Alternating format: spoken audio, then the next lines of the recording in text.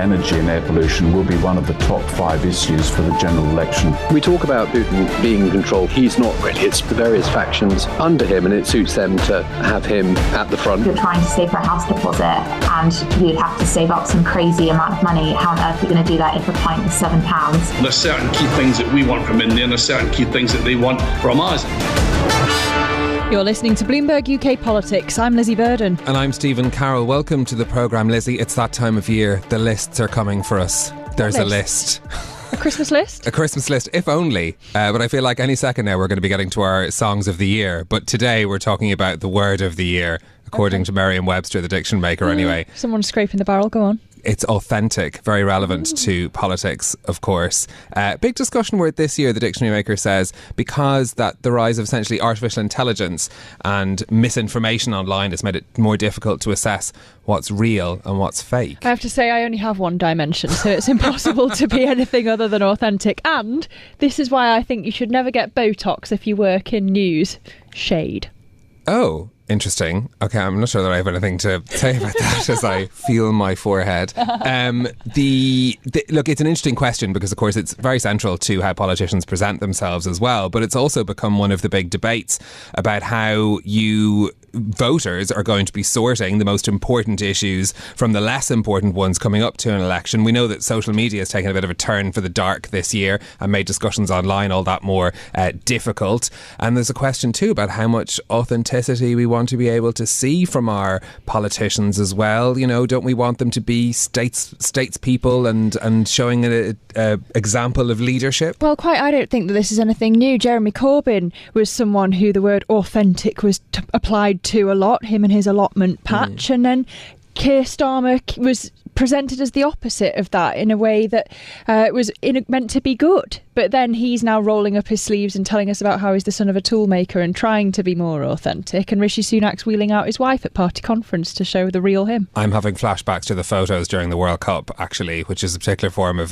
political trauma, I think, of politicians trying to look as natural as possible in what were clearly extremely posed photos. Anyway, let's turn back to the present and Rishi Sunak finding himself in the midst of a diplomatic spat, perhaps around authenticity, after cancelling a meeting with Greece's Prime Minister at the last minute. Sunak had been due to meet Kyriakos Mitsotakis today, but according to one senior Conservative Party official, the meeting was scrapped because of the Greek leader's comments at the weekend over the Parthenon marbles. Well, for more, let's bring in our Athens bureau chief, Sotiris Nikas, for more. Sotiris, great to have you with us on the programme. What did the Greek Prime Minister say that was so controversial?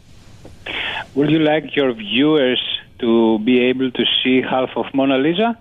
That was his line in an interview that he gave on BBC on Sunday. And apparently that was enough, probably along with the other comments, on Parthenon sculptures and the reunification that Greece is pursuing. Those comments seems to be enough for the cancellation, for the decision to cancel the meeting. And so what's Downing Street saying about this? Well, as you mentioned, they say that the comments that Mitsotakis, the Greek Prime Minister, made during the weekend, were not in line with... Seems a bit extreme to cancel the meeting, though. If you're asking me, yes. And especially if you take into account the fact that those comments have been made in the past too many times from Greeks, not only from the Greek Prime Minister, the current Greek Prime Minister, but it's the Greek position since I ever remember. I mean, since 50s, 60s or something like this. So, yes, it's a bit weird, the fact that now they decided that those comments are provocative or whatever, are enough to cancel the meeting. Yeah, Sotiris, I'm not sure the last time that I saw annoyance in a political statement, but it was in the statement from Kyriakos Mitsotakis was, I express my annoyance for the fact the British Prime Minister cancelled our scheduled meeting just hours before it was due to take place. Now, this, of course, is a very long-running dispute over the Parthenon sculptures. There had been some progress in recent months in warming relations. Remind us where things were before the events of this weekend. Indeed, it is. The British Museum and the Acropolis Museum are in talks the past almost 2 years. And it seems that they are trying to formulate a solution that will see Parthenon sculptures coming back to Athens. But the dispute still remains on how they're going to get it, the Acropolis Museum. Greece doesn't want to have a deal that will see the ownership of those sculptures remaining to the British Museum. And obviously the British Museum doesn't want it. So there are discussions about a loan or about a partnership, what they call it. So for these sculptures to come in Athens and other artifacts to go to the British Museum. But, the main point, of course, we don't know all the details, but the main point is that, there is a real effort this time to have a solution. Now, this development will pose these discussions, these negotiations. We don't really know, but it's definitely not to a positive direction. Sotiris, to clarify, the reason I say it seems extreme is because surely this is just one of a million things that the two leaders could have talked about, not least cooperation on migration. And we're told that stopping the boats is supposed to be one of the UK Prime Minister's top priorities. So how is this going to affect collaboration on that issue? Yes, because Greece also has an issue with illegal migration. As you can imagine, we have many migrants passing the Aegean Sea illegally. So, especially on migration, there was room for collaboration between the two countries. I feel that these kind of talks will stall for a while until something happens and, negotiations and relations come back to normality, that there were. How important an issue is this around the Parthenon sculptures in Greece? Is it something that is a kind of a high priority for the public there? I wouldn't say it's a high priority issue, but it's a long-standing demand from the Greek governments and the Greek people. Greeks just want the sculptures to come back, to return and be, in the museum, in the Acropolis Museum, which is right under the Parthenon. So, it's an issue that Greeks do care, but I wouldn't say that it's a high priority issue. And you know better than us who Greece's allies are. How is this going to affect the UK's relations with them? I'm not sure that it's going to be, a breaking point. I don't feel that this is going to be. And to be honest, I'm not getting these messages from anyone right now. But definitely, having the Prime Minister going officially and saying that he's annoyed, it doesn't help. We're, of course, very focused on the possibility of where the next election will leave British politics as well. The Labour Party has a huge lead in the polls over the Conservatives. Is there any sense in Greece that perhaps Keir Starmer leading the Labour Party might shift the position on this for Greece?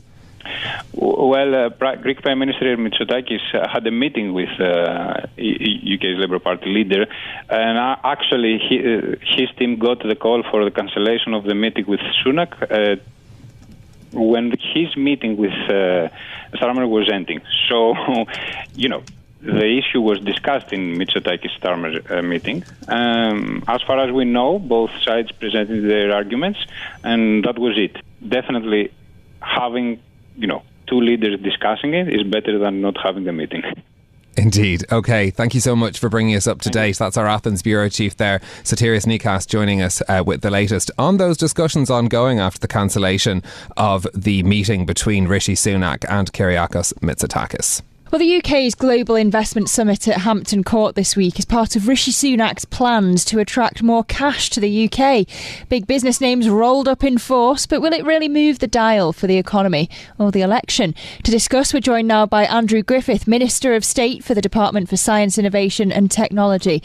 Minister, thanks for joining us. You're at the Royal Society today. You're announcing a partnership with the company behind the life sciences firm Moderna, of course, the one that developed one of the COVID-19 vaccines. I wonder how many jobs this is going to create. Well, good morning. It's lovely to be with you, Lizzy. This is a great proof point. I am in the Royal Society, and I'm agreeing today an MOU with Flagship Pioneering, which is, as you say, the US venture capital, life sciences venture capital company. Behind Moderna, it's probably its best known for, but overall it's founded over 100 different scientific companies, spin-outs and scale-ups worth over $90 billion. So it's a great vote of confidence that they have chosen the UK to be their first office outside of the US. A real vote of confidence in our life sciences, which is the third largest life sciences ecosystem outside of the US and China, two really big domestic markets, but the UK really punching above its weight internationally. So a good proof point of what we saw yesterday at the Prime Minister's Global Investment Summit. Do we have the right skilled people, though, Minister, to be able to fill the jobs that are going to be created by this investment? Well, I think all the evidence is that we do have really good skills. That's why global investors beat a path to our door. They see the UK as a really good market in which to invest. But also, we've got a very strong base in science of all kinds, including life sciences. About 13% of UK graduates in tertiary education graduate on things like natural sciences, maths, statistics. And that's the second highest proportion amongst any country, I think, after only India. So there's always more we can do. We talk a lot about how we've got some of the most progressive visa programs, things like the Global High Potential Visa. People can come here if they graduate from any one of the top 30 universities. I don't think that's always fully understood. And it's part of my job and those of us who are in these very market-facing ministerial roles to make sure people understand just how open the UK is to high-skilled, high-potential migration. It's always as we see every day, it's a big topic politically, but I don't think anyone's against that sort of very high-end immigration and people moving here to make good use of their skills. Minister, what economists tell me is that the UK's presence in its main areas of specialisation, like AI, like synthetic biology, is pretty narrow and it involves relatively few companies. So one deal like this, the one you're announcing today, it's not going to turn the tide on years of stagnant foreign direct investment, is it? Well, no, I think I don't agree with that premise, to be completely honest, Lizzy. We are the highest destination for foreign direct investment in Europe. We have typically in most sectors, including life sciences, more than France and Germany combined. We have thousands of startups, scale-ups, over 100 unicorns, one of the only countries on the planet, again, only after the US and China to have done that. But we've got more to do. It would be foolish to say that, the world isn't competitive. We've got to put our best foot forward. That's why I was delighted to transition from the work I'd done in trying to mobilise capital in the city to unleash a lot of capital from things like UK pension schemes, now into, the department that is investing in our future and allowing people to deploy that capital in areas like life sciences, quantum, space, robotics. We're putting our money where our mouth is as a government. So last week in the autumn statement, the Chancellor announced another £500 million for life sciences manufacturing here in the UK. And that was one of a long list of measures to invest in the high growth parts of the UK economy. So I don't agree with the premise, but I do agree that there's always more we can do. It's a competitive world, and it's really, really important, as we saw yesterday at the Global Investment Summit, that we put our best foot forward. Well, I'm interested with perhaps then with your eye on the events of the autumn statement last week and of course your former job in the Treasury as well, what you made of the approach from the Chancellor when it came to things like, cutting taxes and implementing the full expensing being made permanent as a business tax cut as well. Lots of fears about what that's going to mean in terms of the public spending trajectory, particularly the cuts that are going to be needed in real terms to public services from next year. Well, there is a huge opportunity. All of the technologies that I talk about and our department talks about, most notably AI, artificial intelligence, but advanced computing power, these are all great productivity tools. And so, again, not to fully accept the premise, it's important that we get every pound of value from public spending. And when we think about some of the biggest domains that we spend that on, whether it's the opportunity in education or in healthcare with the NHS, these technologies can make us all more productive with the amount of money we spend. At the same token, we heard yesterday a lot from global investors about their value certainty, and things like being able to make full expensing permanently gives real certainty to those who are looking to invest in the UK versus other markets. You'll surely agree with this premise. The Office for Budget Responsibility says that the tax burden is rising. A Delta poll survey says most British voters don't expect the tax cuts announced by Jeremy Hunt to improve their finances or the UK economy. Are you worried that the autumn statement isn't going to move the dial politically? Well, look, my job as minister is to do everything I can to help the UK economy grow.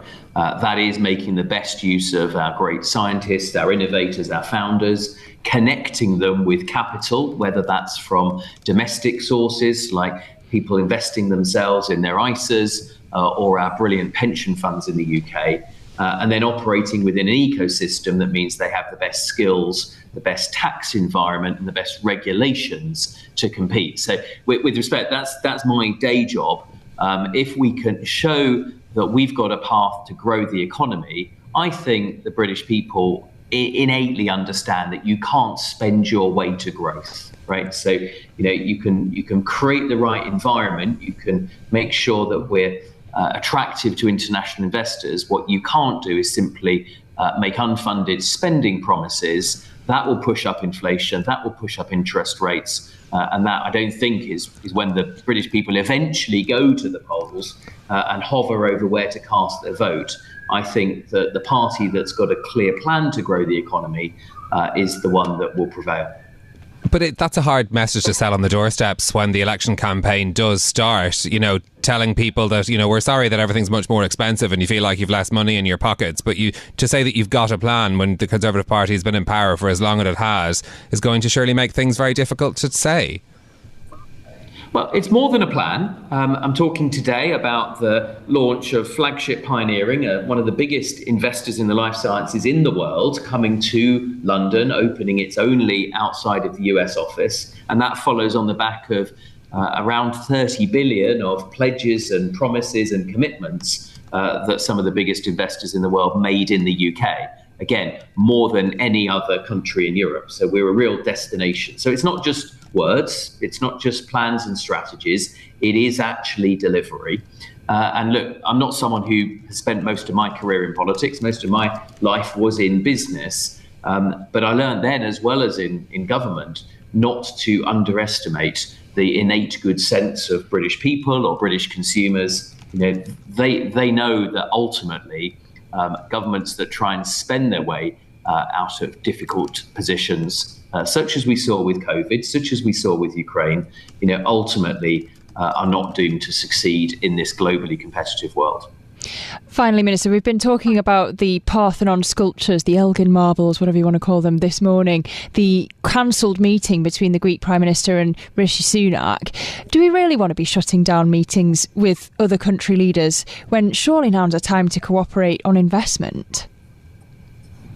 Well, it's always a good time to cooperate on investment. That's what I, the Secretary of State and ministers across government do. So I don't want to comment on any one individual case, but it's right that we're out there collaborating. It's right that yesterday at the Global Investment Summit in historic Hampton Court, the world's leading investors, including many sovereign wealth funds who are choosing where to invest their country's future capital, all gathered. And we're all very upbeat and very keen to hear about the prospects of the UK.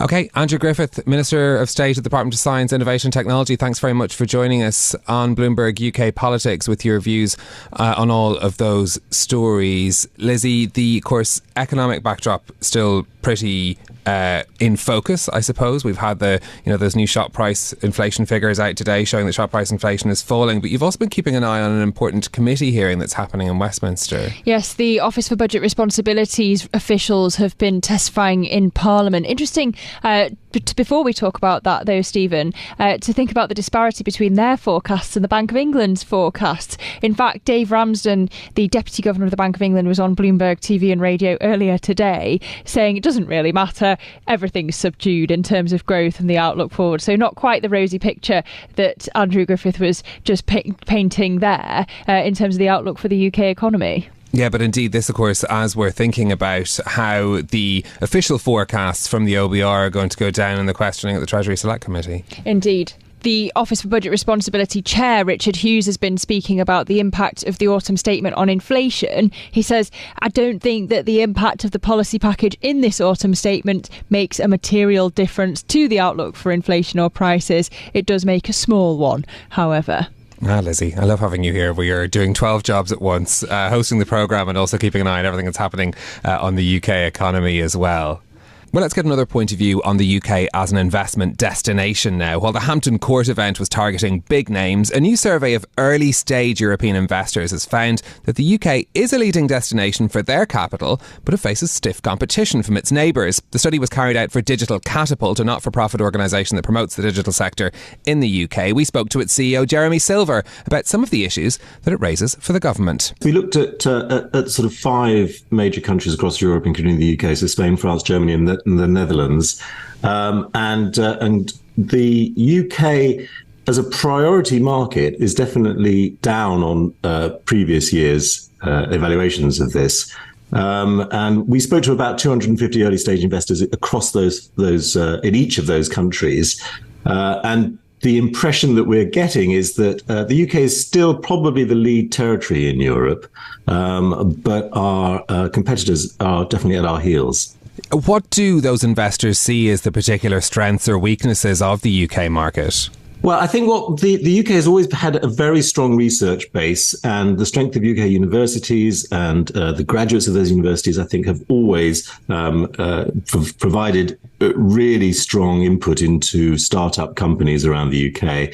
And in particular, as obviously everybody's aware, AI and particularly generative AI and associated technologies at the moment are really hot. And the UK is really strong from that point of view. So that, I think, is still keeping us ahead of the competition. And interestingly, some of the things that have been buzzwords in the past, like the metaverse and spatial computing, still represent big investment priorities for European investors.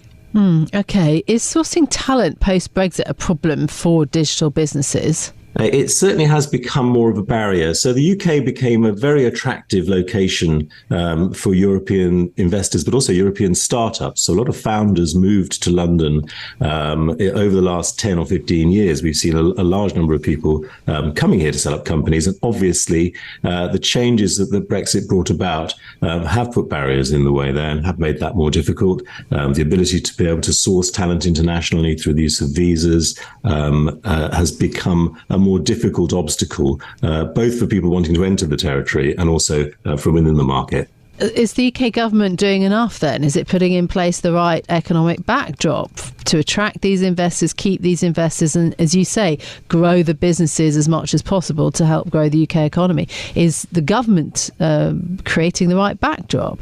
I think the government has been very active in this area, and although the conference earlier this week was not aimed at the early stage sector, it was much more about established business and traditional inward investment at a larger scale.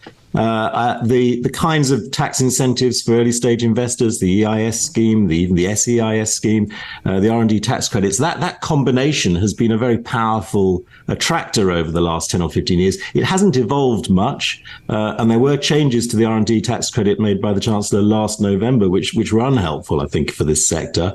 But our competitors are starting to see how those sorts of incentives work. Is the UK focused enough on building the skills, the lifelong learning, but also the learning at the school age, to create the kinds of business leaders and tech workers that the UK needs? That's a really interesting question. The reality is that almost every business, large or small, is experiencing an enormous skills gap.